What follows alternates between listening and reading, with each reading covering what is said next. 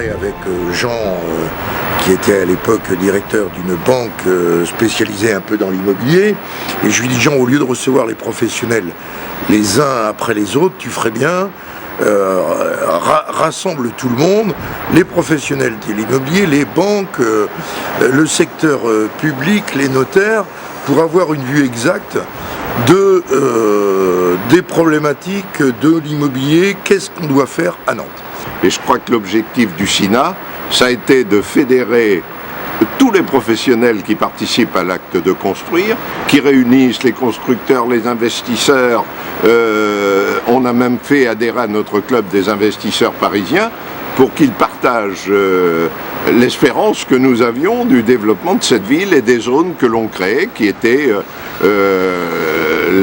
l'île de Nantes, qui était l'opération du port à Saint-Nazaire, et qui était de dire n'ayez pas peur, se construira Nantes demain.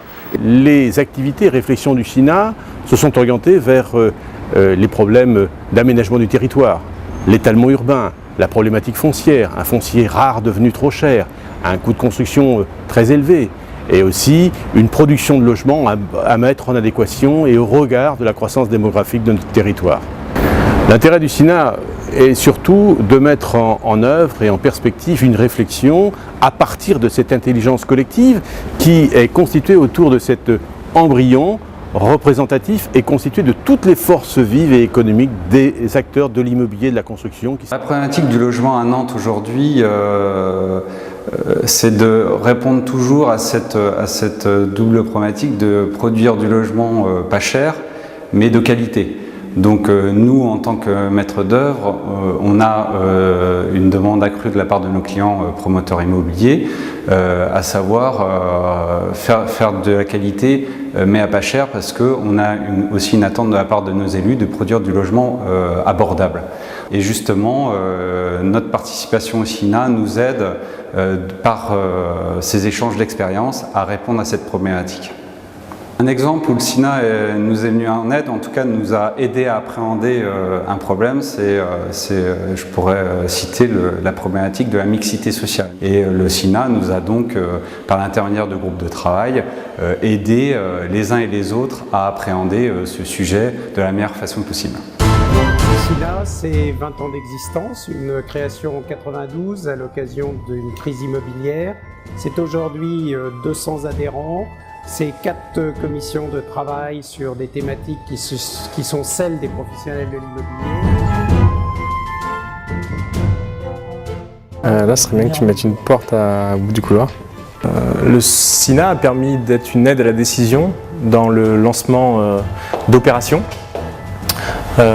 puisque au sein de la commission immobilier d'entreprise, qui travaille essentiellement sur le développement du parc tertiaire, des parcs tertiaires et des zones d'activité, nous sommes réunis à travers différentes thématiques avec des axes de réflexion, notamment sur le bureau idéal, le développement des nouvelles zones tertiaires, de l'obsolescence du marché existant et de sa restructuration, et également sur quel sera le bureau de demain. Nous avons aujourd'hui mis en place 2 observatoires immobiliers et bientôt 3 avec celui du commerce. Les observatoires qui fonctionnent depuis plusieurs années sont celui de l'immobilier de bureau, de l'immobilier tertiaire, analyse des marchés, des valeurs et des volumes de transactions, et puis également l'immobilier locatif privé, observatoire récent qui analyse le marché de la location, ancien ou neuf, en matière de logement. À venir, donc, l'observatoire que nous mettons en place avec la Chambre de commerce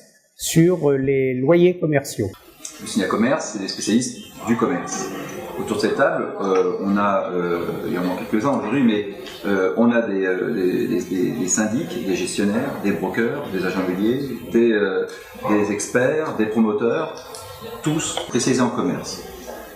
La Chambre de commerce, comme vous l'avez expliqué, vous n'êtes pas des spécialistes de l'immobilier. Nous sommes, par contre on a un point commun, c'est le commerce. On avait parlé de mettre en place un observatoire de surface commerciale. Le rôle du département commerce au sein du SINA, c'est d'amener en fait des enseignes à des petits déjeuners mensuels, à réfléchir justement sur comment est-ce qu'on pourrait dynamiser à la fois le centre-ville, la périphérie, quelles synergies on peut trouver, quelles enseignes manquent, partageons nos idées autour d'un bouillon de culture. Cette année, j'ai proposé d'aller visiter la Sarenas à Barcelone. La Sarenas qui sont en fait les anciennes arènes de Barcelone qui ont été transformées en ensemble commercial. C'est une problématique qui me semblait extrêmement intéressante d'aller étudier avec des professionnels du secteur. 2030, dans une agglomération qui poursuivra sa croissance démographique et économique, le SINA aura sa pleine responsabilité, je dirais, et sa pleine raison d'exister. Nous aurons sans doute d'ici là mis en place un livre blanc qui sera un outil de recommandation et de réflexion que nous porterons auprès des politiques. Il ne faut pas perdre l'esprit de notre club, qui est celui d'être proposition, comme je l'ai dit, et également d'avoir l'audace de porter ce message auprès des acteurs politiques. Difficile de faire de la prospective pour 2030, tant l'échéance est assez lointaine. Ce qu'il faudra, et dans tous les cas, comme dans toutes les agglomérations de France, c'est qu'un jour, les élus prennent conscience qu'une structure comme le SINA est un maillon et une clé incontournable à une réflexion future, grâce à cette intelligence collective, grâce à cette possibilité d'une force de proposition inégalée et qui dépasse d'ailleurs les seules réflexions du monde politique. C'est un peu d'actualité.